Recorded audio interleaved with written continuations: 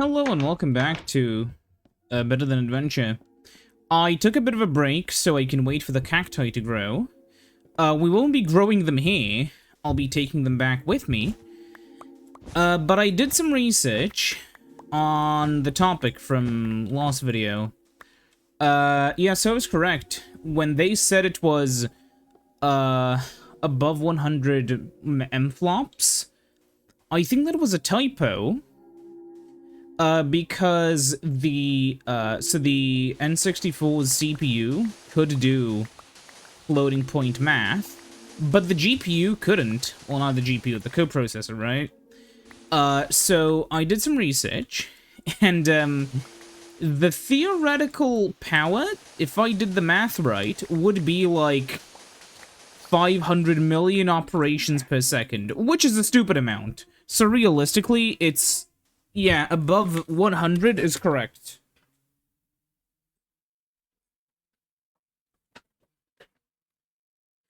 This is because, like, if you think about it, right? In order for you to do that kind of math, you would need to be, because it has 8 vectors that it can operate on at once, you would need microcode that would just, like, spin all 8 vectors all the time, right? And that's not really what you're gonna get. So, like, realistically, yeah, best case scenario, you're getting, like, a little over 100 in, like, real life. But you're not really getting, you know, the full Shazam, the full 500, because that's not how it works. the system needs to do other stuff. It also needs to do audio, you know?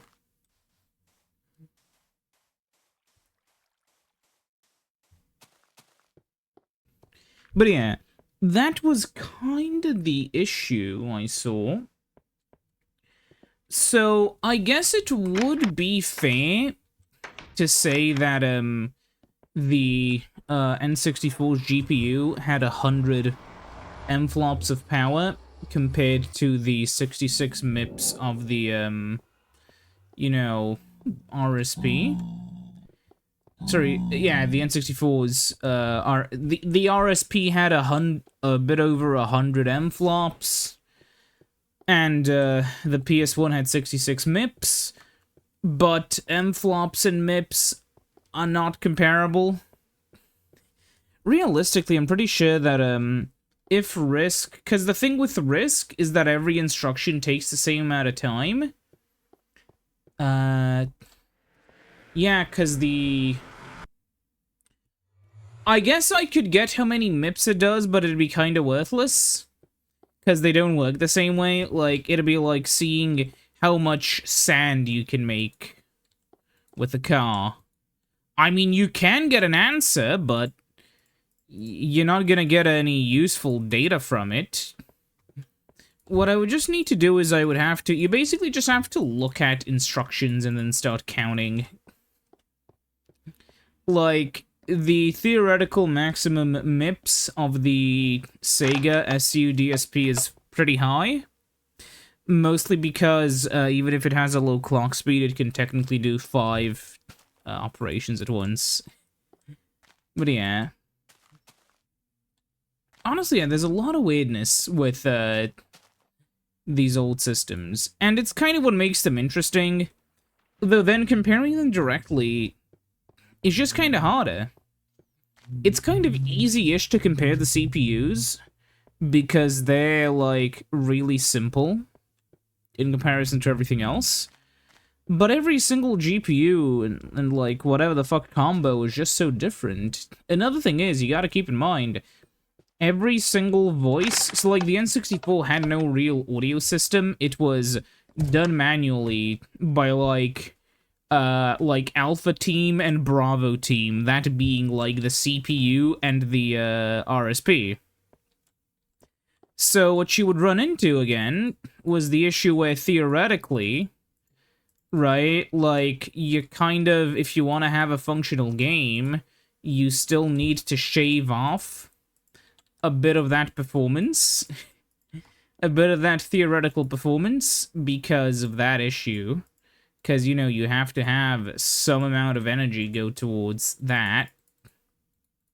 It's also why, like, you know, with the Saturn, it had 2 GPUs. If it, oh, I don't know, had, like, the master CPU access, you know, honestly, the best way that I can think of it, of, like, a Sega Saturn or whatever working, is if somehow there was a different connection line from where the slave CPU could access the DSP and VDP1, because that way, you could simultaneously, have faster, you know, you could simultaneously have, yeah, by the way, we'll be doing some stupid engineering here. You could just kind of have a lot of the bus congestion issues solved. But yeah, realistically, my big problem with all of this is that calculating this stuff gets really hard for the simple reason that, like very clearly, this is just theoretical. So when they were designing, you know, these things, they didn't necessarily, you know, immediately plan out what the numbers are gonna be, you know? You know, realistically... Huh? What did I just do?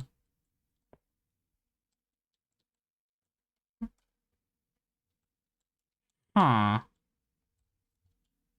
Control... Give me 16, and then... Huh?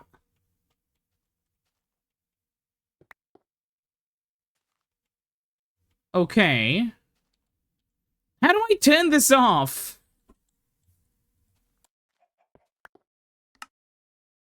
What the fuck is going on? Okay, okay, I fixed it. Okay. We can continue.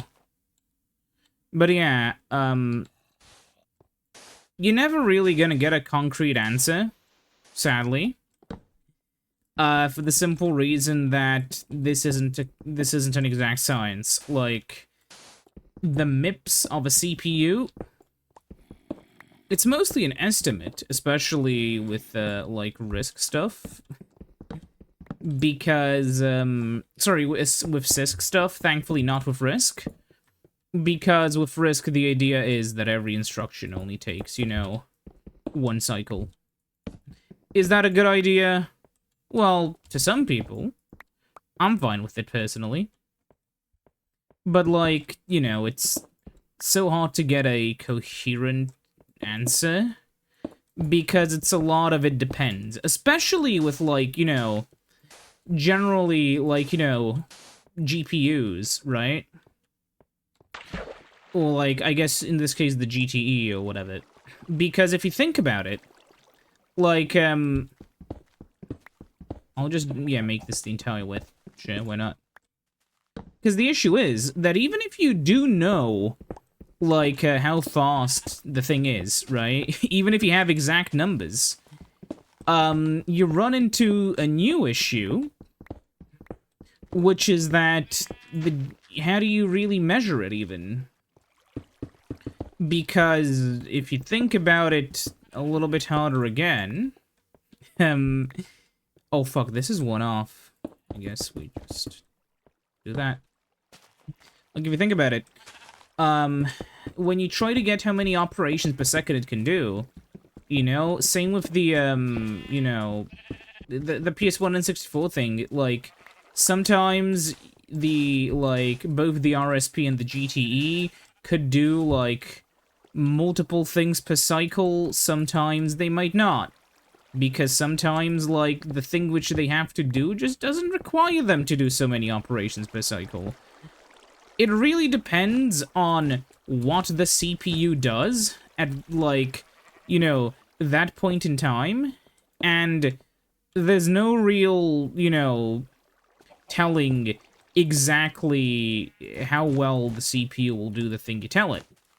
I guess, you know, there's no real way of just randomly telling how well it can do the thing you tell it, unless you write your own homebrew, which will then tell you exactly, you know, how fast it's going to be. And then you can say, hey, I figured it out, but until that point, you really can't. Because you're gonna just end up having to guesstimate, and then you'll end up making... Oh my god. And then you'll end up, like, making arguments based off of guesstimation, and then people are gonna be, like, you know, confused, and they'll look into it, TM, and then it turns into a mess, you know? And realistically speaking, I mean, I don't want to deal with that sort of stuff. So I think just using the numbers they provided is the most fair choice I can do. Because that way, it's not like, oh, well, how do I know that you're not just a Nintendo or a Sony pony? Well, because if I just use, you know, whatever official numbers they give, then I can't be accused of being a Sony pony or a Nintendo because it's Nintendo's own data. Wait, I did this in a really stupid way when I can just... Yeah. I wanted to make it look cool, but then I realized it's stupid. Yeah, like this. But yeah, that's kind of the issue. I would love to have the box I like more win. I understand a lot of other people also would like to have the box they like more win. But it's not about winning. If you argue over this, you've already kind of lost. But man, realistically speaking, the entire fun, in my opinion, right?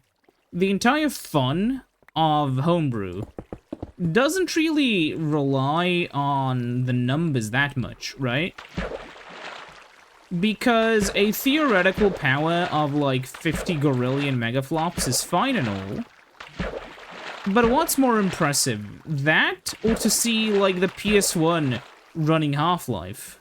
Even if it is like a bit of a balkanized version of Half-Life, you know?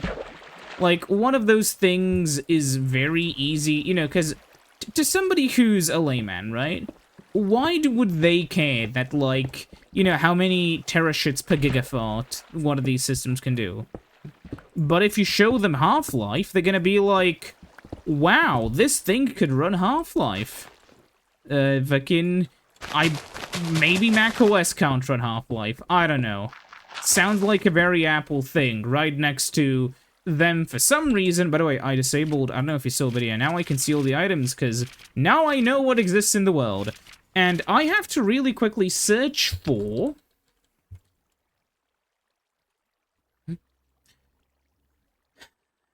Does it exist? Shoot.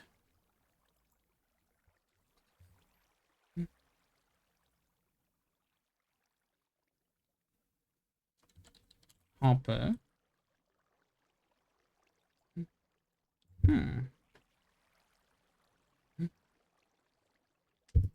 Basket. A wicker container for holding items. So I need to kill some cows. And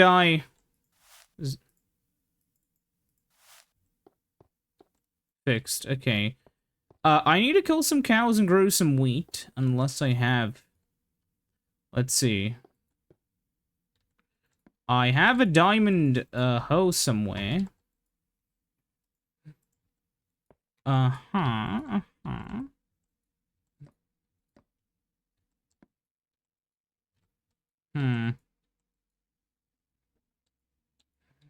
have leather, exactly as much as I need. But it's daytime, so it's gonna be very fun when I don't have any seeds. Nor do I really know how to get seeds.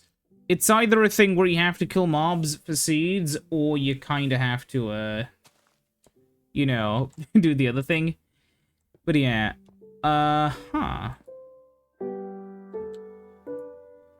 Wait, that's where my nether coal went? I was wondering where I lost so much of it. I was like, wow, how much am I smelting? No, it's just here. Now, give me seeds. Got a seed. We need 5. We need 5 pieces of wheat. 2, 3, 4, 8. Wait, some of these are dropping more than one. Whatever, we'll make a lot, because then we can plant all of them all at once, and then, you know, have a, let's see if I can get 16. 15. 16, okay.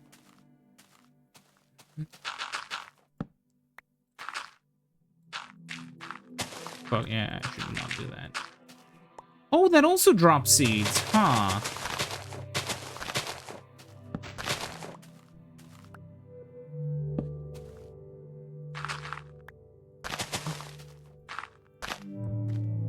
Okay, okay. How merciful of the game. The one thing I don't like is this. Part of the reason why I actually wanted to come here. Let's go back and get some dirt. Just because I hate how ugly it looks.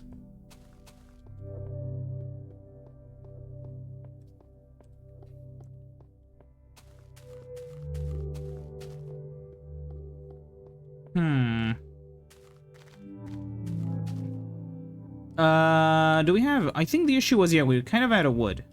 But now I have dirt, and it'll fit a lot better. Just because the issue is that because they don't have, like, you know... And this kind of is an issue, like, if they don't have proper access to sunlight, they just won't melt. But at least this way, it's nicer than having ice in the summer, you know? Like, this is cool, but we have to do that to stop the... Wait, what if I do this? Huh, actually... we'll do that. Just because it looks a tiny bit nicer. Yeah. I also am not the biggest fan of, like, the sea freezing over. Like, during the winter. But it is what it is, right? So I don't wanna, yeah, it's gonna look nicer if it's more like that. Yeah, there's also caves just somewhere down there. But yeah, okay.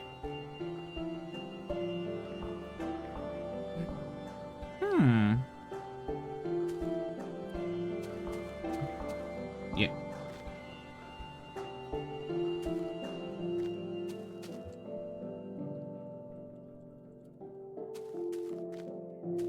Okay. Something, fuck. Okay, something I've noticed is if I hit T, I move my cursor far away from the screen, and then move, it'll instantly snap me to that position. Like, if I hit T, and then, yeah, move the muscle memory for the other, you know, if I hit T, go over here to the edge of the screen, and then do muscle memory to go to the other side of the screen, yeah.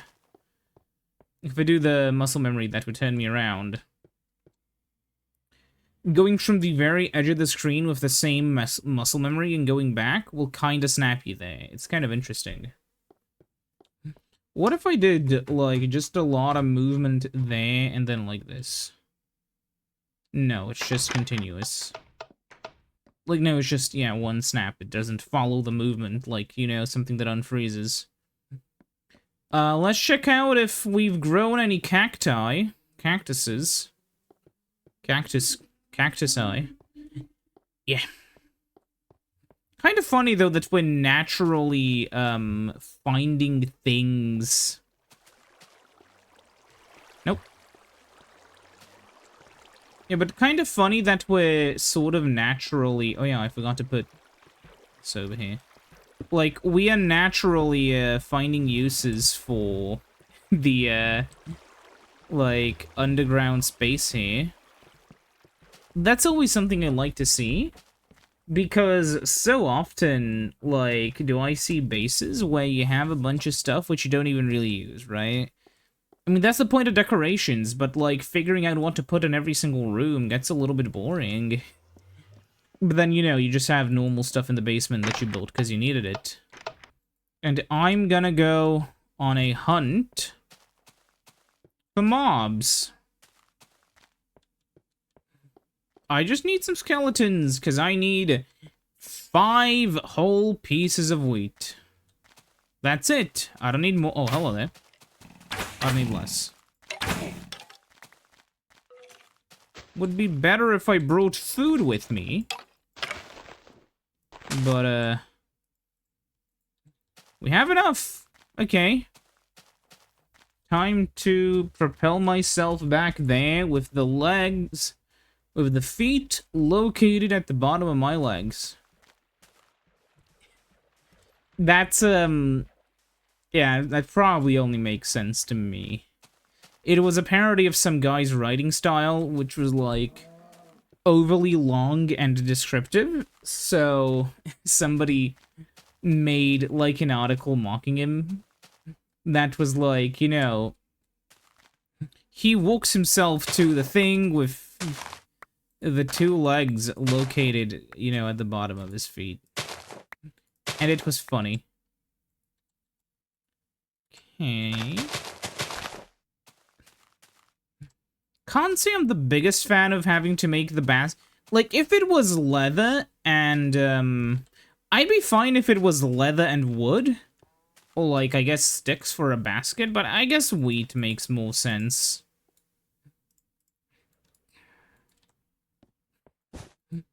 Huh. Yeah, okay. So if an item drops into it...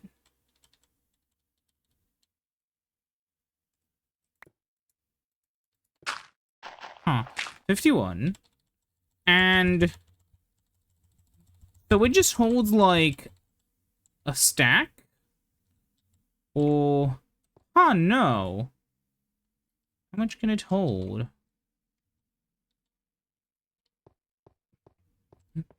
Wait, am I moving slower now? No, I'm still moving the same speed. It just feels that way because I'm carrying something, so my FOV is lowered. This would be such a cool mechanic for, you know, modern Minecraft. If for no other reason than... It's just a really cool mechanic. I guess put it up here for now.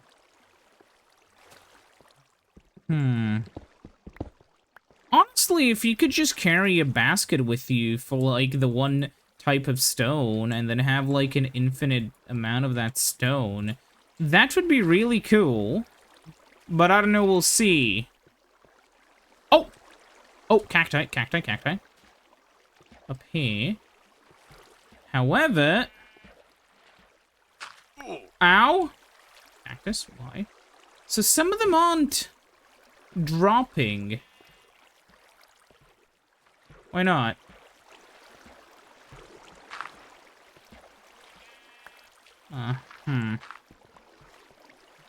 I guess... Yeah, it seems like something's wrong with the, way they grow. Right, yeah, like, you've seen it. There were a few of them there.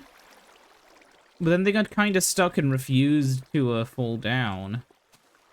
But now we did it, now we have a shoot.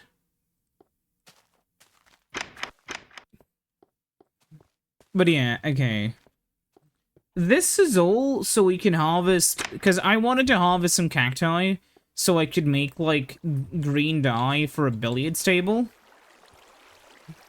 But then I realized there was no cactus anywhere, so I had to go on a bit of an adventure. And it took me an hour to get cactus. But now we have a cactus farm with a profit of 1 cactus. I guess 2. Oh fuck, there was dirt there already, whatever. You know, but one of them's already been reinvested. Wait, also, what if I put in stone and then dirt? And then I can just... So wait, stone, dirt. Ah. So I can pick up multiple of the same item. Okay. While we're here, what do we have? An activator uses items for you. Huh. Yeah, then we have all the different wood types. The lamps. How do you make... Huh, yeah, so redstone lamps. How to make colored wood. Yeah, label. That's cool.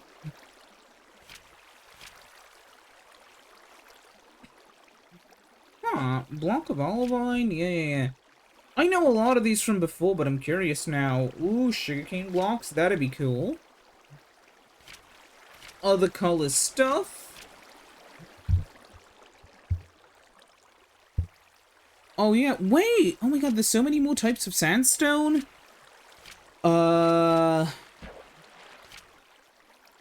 Jack-o'-lantern. Redstone jack-o'-lantern is really cool. You can use a wet sponge to clean chests into a normal chest. Clay bricks. I don't know why I specifically hovered over that. Yeah, there's so much stuff here. Oh, they changed the texture. What else is there? Diamond dispenser. Other stuff, explosive charge. A flag.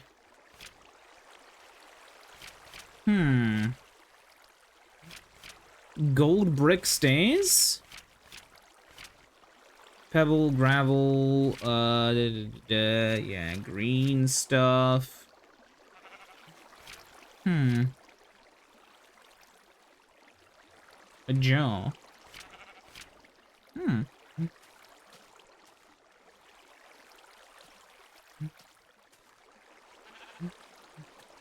We can name items. That's interesting. Yeah. Okay. I guess if you name creatures, it doesn't despawn them. Yeah. Oh, that's how you make it. Okay, that's cool. Yeah,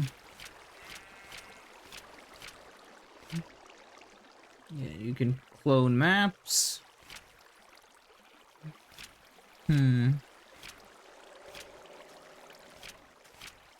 Paintbrush. Paper, you know, the paper walls for, like, Asian stuff. How do I get ice?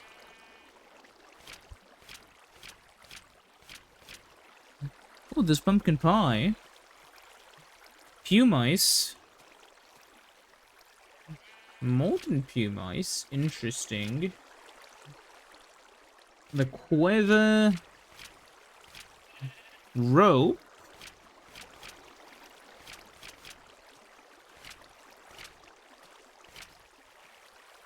Slate.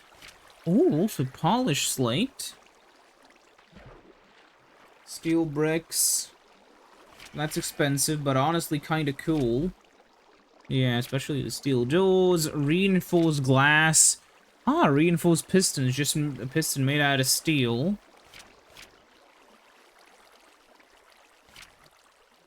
Okay.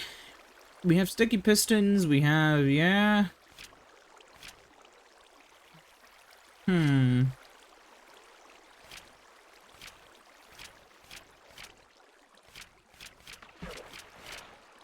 Some more stuff, and then we have the recipes here. Wait a minute. Oh, so there is a permafrost biome. What are the other? Oh, yeah. So, Ghast, Zombie Pigman, Slime Spider, Armored Zombie.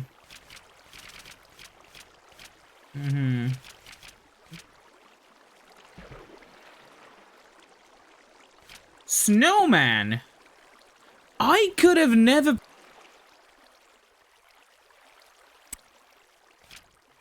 But I also have never seen a permafrost biome. Ow! So, yeah. The farm works. Okay. Yeah, that's gonna be it for this episode. I'll see you next time when we maybe do more stuff. The fact this works makes me happy, even if the stuff up there maybe isn't the best. Whatever. See you next time. Bye-bye.